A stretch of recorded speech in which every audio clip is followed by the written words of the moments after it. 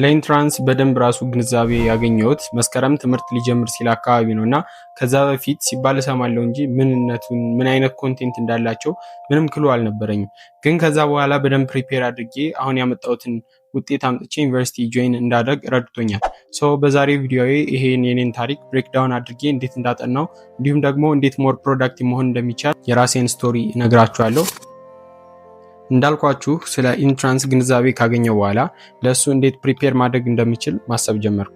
ከዛም ደግሞ ቀጥታ የኢንትራንስ ያለፈው አመት ጥያቄዎችን ሰበሰብኩኝና እዛ ነገር ላይ ምን ያክል ነኝ የሚለውን ለማወቅ ራሴን ፈተሽኩ። ነገር ግን ሳየው ውጤቱ በጣም ነበር ያስደነገጠኝ። በጣም ሎው የሆነ ሪዛልት አመጣሁ። ነገር ግን ያ ምን ያክልን ያውቃለሁ የሚለውን ለመልካት እንደሆነ ስለተረዳሁ ምንም አላልኩም ነበር። ቀጥታ ወደ ፕሪፓሬሽን የገባሁ እና ከዛ በፊት ያን ያክል የምጠበቅ አይነት ልጅ አልነበርኩም። ነገር ግን አሪፍ ቤዝ ስለነበረኝ ቀጥታ እንዴት ማንበብ እንዳለብኝ ሪሰርች ማድረግ ጀመርኩ። ዩቲዩብ ላይ ገባሁኝና ያለፈው አመታት ሰቃይ የነበሩ ተማሪዎች የሚያደርጉትን ፖድካስት የሚሰጡትን ምክር በደንብ ማዳመጥ ጀመርኩ። እንዴትም ሲያነቡ እንደነበር በደንብ ለመረዳት ሞከርኩ። ከዛም በኋላ ቀጥታ ፕላን አውጥቼ ወደ ጥናት ለመግባት ነው የሞከርኩት እና እዛም ላይ በጣም ምርጥ የሚባለውን ስትራቴጂ ወሰድኩ። ያም የነበረው ቀጥታ መጀመር የሚለው ነበር። ምን በማድረግ ነው የሚጀመረው ብላችሁ ካሰባችሁ ቀጥታ ያላችሁን ወይም መነበብ ያለባቸውን ቻፕተሮች ለይታችሁ ታወጡና ትቆጥሯቸዋላችሁ። እንዲሁም ደግሞ የቀራችሁን ሰዓት ወይም ደግሞ ያላችሁን ለኢንትራንስ ፈተናው የቀራችሁን ጊዜ ተወስዱና ሁለቱን አካፍላችሁ በምን ያክል ጊዜ ምን ያክል ዩኒት ማንበብ እንዳለባችሁ የራሳችሁ እቅድ ወይም ፕላን ታወጣላችሁ። እንደዛ ፕሪፔር በማድረግበት ጊዜ ከየትኞቹ ፕራዮሪቲ መስጠት እንዳለብኝም በደንብ ተገነዘብኩ። ስለዚህ ቀጥታ ማንበብ ነው የጀመርኩት። በደንብ ጊዜንም ለመጠቀም የእንቅልፍ ሰዓቴን ለይቼ አውቃለሁ። እንዲሁም ደግሞ ሶሻል ሚዲያ ላይ ምን ለማድረግና መቼ መግባት እንዳለብኝም ለይቼ አውቅ ነበር። በቻልኩት አቅም እንደዛ አድርጌ ራሴን ከብዙ ዲስትራክሽኖች ለመጠበቅ ሞከርኩ።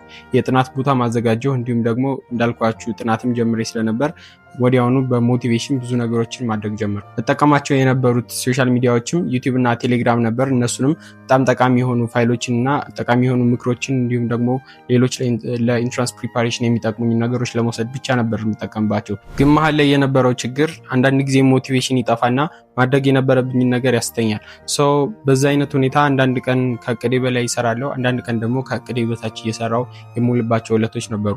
ነገር ግን እነዛንም ሪስትሪክት አድርጌ ራሴን በቻልኩት አቅም ዲሲፕሊን ለማድረግ ሞከር እና በማጠናበት ጊዜ እጠቀመው የነበረው ቴክኒክ ቀጥታ አንድ ዩኒት ካጠናው በኋላ ወዲያውኑ ጥያቄ እየሰራው ራሴን በደንብ እዛ ዩኒት ላይ ማስተር ለማድረግ እሞክር ነበር። በጊዜው የምጠቀመው የነበረው ኤክስትሪም እና ሌሎች አጋዥ መጽሐፎችን ነበር።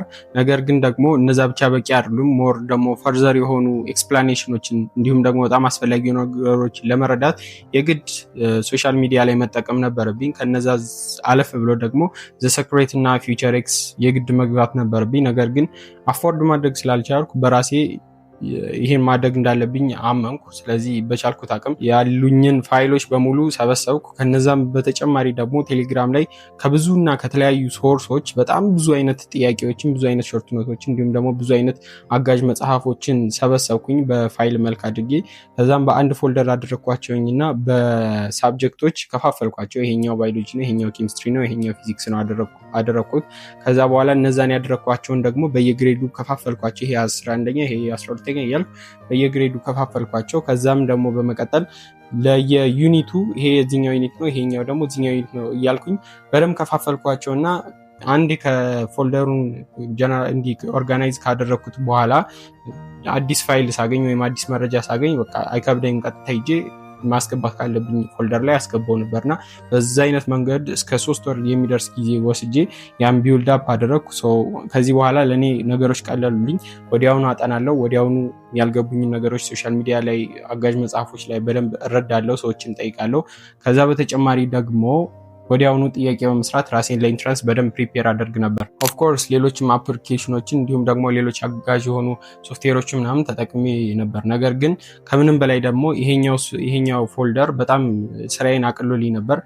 እናንተም ይሄን ፎልደር የምትፈልጉ ከሆነ ሊንክ ታች አስቀምጥላችኋለሁ፣ በዛ ገብታችሁ ማግኘት ትችላላችሁ። እና በዛው ጸናሁ። በዛውም ዲሲፕሊን ዱኜ ብዙ ቻፕተሮችን ከቨር ማድረግ ቻልኩ። ደግሞ እንደምታውቁት ብዙ ቻፕተሮችን ከቨር እያደረግኩ በሄድኩ ቁጥር በዛው ኮንፊደንስ አብሮ ቢውልድ እያደረገ ይሄዳል እና በዛ ሁኔታ እያለው አሁንም ሌላ ችግር ተፈጠረ። ያም ደግሞ ብዙ ጊዜ ያነበብኳቸውን ነገሮች ወዲያውኑ እረሳቸዋለሁ። ኦልሞስት 60% የሚሆነው ነገር ወዲያውኑ ይረሳል ያነበብኩት ነገር እና ያም አንድ ቻሌንጅ ሆነብኝ። ስለዚህ አንድ ዩኒትን እስከ 8 ጊዜ ደጋግሜ ያነበብኩት ዩኒት ራሱ እንዳለ ትዝ ይለኛል የሆነ ኬሚስትሪ ፓርት ላይ እና በቻልኩት ያቅም እንደዛ እያደረግኩ ራሴን በየቀኑ አፕዴት የትናንትናው ሳምሶን ከዛሬው ሳምሶን የተለየ እንዴት ይሆናል እያደረግኩ ሁልጊዜም ስኬጁል አድርጋለሁ። ዛሬ የምሰራቸውን በየሳምንቱ ራሴን ሪቪው አድርግ ነበር። እንደዛ እያደረግኩ በዲስፕሊን ቀጠልኩ። ሌላ ተጨማሪ ቻሌንጅ የሆነብኝ ደግሞ ብዙ ጊዜ ክላስ ላይ ስከታተል እንዲሁም ደግሞ ሞር ለማንበብ በምፈልግበትና በንባብ ጊዜ አንዳንድ ዲስትራክሽኖች ከቤተሰብ ከጓደኛ እንዲሁም ከሌሎች ከኢንቫይሮንመንታችን የሚመጡ ዲስትራክሽኖች አሉና እነሱ እኔንም ዲስትራክት ማድረግ ጀመሩ። ሰውን ያም አንድ ቻሌንጅ ሆነብኝ። ነገር ግን በቻልኩት አቅም ፎከስ ለማድረግ ሞከርኩ። የቻልኩትን ኢነርጂን ኢንቨስት ለማድረግ ሞከርኩ እዛ ጋር እና እንደዛ እያደረግኩ ራሴን ማበርታት ጀመርኩ። ሌላ ደግሞ ልክ እንደ አግሪካልቸር እና የመሳሰሉት ሳብጀክቶች ማለት ኢንትራንስ ላይ ጥያቄ የማንጠይቃቸው ወይም ደግሞ ሳብጀክቶች ኢንትራንስ ላይ የሌሉ ሳብጀክቶችን ደግሞ እነሱም ሌላ ቻሌንጅ ሆነብኝ ነበር። ነገር ግን እንደምንም ብዬ ተወጣኋቸው። ሰው በዛ ሁኔታ ቀጥዬ በመጨረሻም ባሰብኩት ሰዓት የጥናት ሴሽንን አጠናቀቅኩ።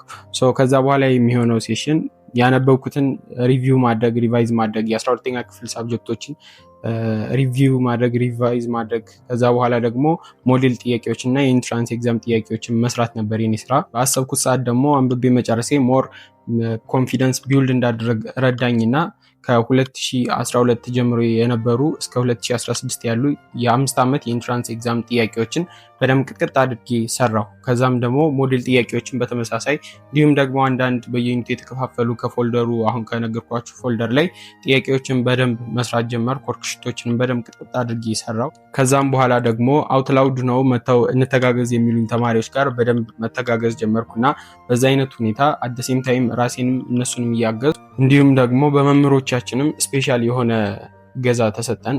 በዛ ኦፖርቹኒቲዎች ተጠቅሜ በቻልኩት አቅም ራሴን ለኢንትራንስ ኤግዛሚኔሽን ፕሪፔር ለማድረግ ሞከርኩ። እንደዛ አድርገን ወደ 100 ምናምን የሚሆኑ ዩኒቶችን አንብበን ወደ 6 ዓመት የሚሆኑ የኢንትራንስ ኤግዛም ጥያቄዎች እንዲሁም ሌሎች ጥያቄዎችን በደንብ ቅጥቅጥ አድርገን ሰርተን የትምህርት ጣጣችንን ጨረስን ማለት ነው። ከዛ በኋላ የሚሆነው መቼም አይቀርም እና የፈተና ሰዓት ደረሰ። ወደ ቦታው ሂደን ፈተናችንን መፈተን ስንጀምር እኔም ማመን አቃተው። ይህን ያክል ወር እንዳጠናው ለዛ ነገር እንደሆነ ሳስብ በቃ በራሴ ፕራውድ ሆንኩ። ምንም እንኳን ከዛ በኋላ ያለው ፕሮሰስ ቢሳካም ባይሳካም እስከዚህ ድረስ ዴዲኬቱን የመምጣቴ ለራሴ በጣም ደስ የሚል ስሜት እንዲሰማኝ ፕራውድ እንደሆን በራሴ እረዳኝና ያኔ በጣም ደስ በሚል ስሜት የመጀመሪያውን ፈተና በድል አጠናቀቅኩ። ሌሎቹንም በተመሳሳይ።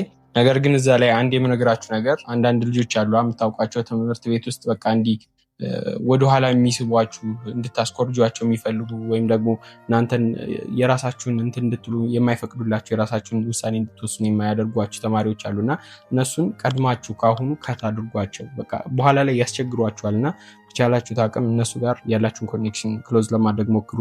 አይጠቅማችሁም ሲጀመርና እንደዛ ለማድረግ ሞክሩ። እና ደግሞ ሌላ የምጨምርላችሁ ነገር ፈተና እኔ እንኳን ስፈተን እያንዳንዱን ጥያቄዎች ሪቪው አድርጌያቸው ሰርቼ ሪቪው አድርጌ እንኳን ፈተና ለመጨረስ ኦልሞስት 30 ደቂቃ 40 ደቂቃ 45 ደቂቃ 35 ደቂቃ ይተርፈኝ ነበር። በጣም ሰዓት አጠቃቀም ላይ ጎበዝ ነበርኩና በቻልኩት አቅም እንደዛ አድርጌ ሞር ዴዲኬት ሆኜ ስለሰራው አሪፍ ውጤት እንደምታውቁት ለማምጣት ረድቶኛል ማለት ነው። አሁንም ፕሪፔር ስታደርጉ ራሳችሁን የሰዓት አጠቃቀማችሁንም በቻላችሁት አቅም አብራችሁ ፕሪፔር አድርጉ። በመጨረሻ ያው እንዳላስረዝምባችሁ ውጤት ተለቀቀ። ያው መደሰት ያለባቸው ሰዎች ተደሰቱ፣ ፋሚሊ ምናምን። እኔም ደስ አለኝ፣ ምክንያቱም ቀድሜ ኤስቲሜት አድርጌው ነበር ምን ያክል ላመጣ እንደምችል ቀድሜ ለማወቅ ሞክሬ ነበር። ደስ አለኝ፣ ፈጣሪን አመሰገንኩ። እና ብዙ ጊዜ ኢንትራንስ ላይ ፕሪፔር ስታደርጉ ወይም ላይፍ ላይ አንዳንድ ችግሮች ሲያጋጥሟችሁ የእናንተ ስፔሻል እንደሆነ በቃ የተለየ አይነት ችግር እንዳጋጥማችሁ አታስመስሉ። በቃ ያን ያክል ከባድ አታርጉት፣ አታካብዱት። ሁሉም ሰው ላይ ያለ ነገር መሆኑን መረዳት መቻል አለባችሁ። ሎንግ ስቶሪ ሾርት የኔ የኢንትራንስ ኤግዛም ጆርኒ ይሄን ይመስል ነበር። አይ ሆፕ በትንሽም ቢሆን ኢንስፓየር እንዳደርጋችሁ እናንተም እንድታጠኑ እንዲሁም አንዳንድ ቴክኒኮችን እንድትወስዱ ረድቷችኋል ብዬ ተስፋ አድርጋለሁ። ሰብስክራይብ እና ላይክ ማድረግ እንዳይረሳ። እንዲሁም ደግሞ ቴሌግራም ላይ ቤስት የሚባል ኮሚኒቲ ቢልድ እያደረግን ነው። እርስ በርስ ተማሪዎች ለኢንትራንስ ኤግዛም የሚረዳዱበት እንዲሁም ደግሞ እኔም የቻልኩትን ነገር በሙሉ ልሰጣችሁ ዝግጁ ስለሆን እዛ ላይ ኮሚኒቲያችን ላይ መሳተፍ የሚፈልጉ ከሆነ ሊንክ ታች አሁን ማስቀምጥላችኋለሁ፣ ጆይን ማድረግ ትችላላችሁ። ቪዲዮውን እስካሁን ድረስ ካያችሁት በጣም ነው የማመሰግነው። በሌላ ጠቃሚ ኮንተንት እስከምንገናኝ see you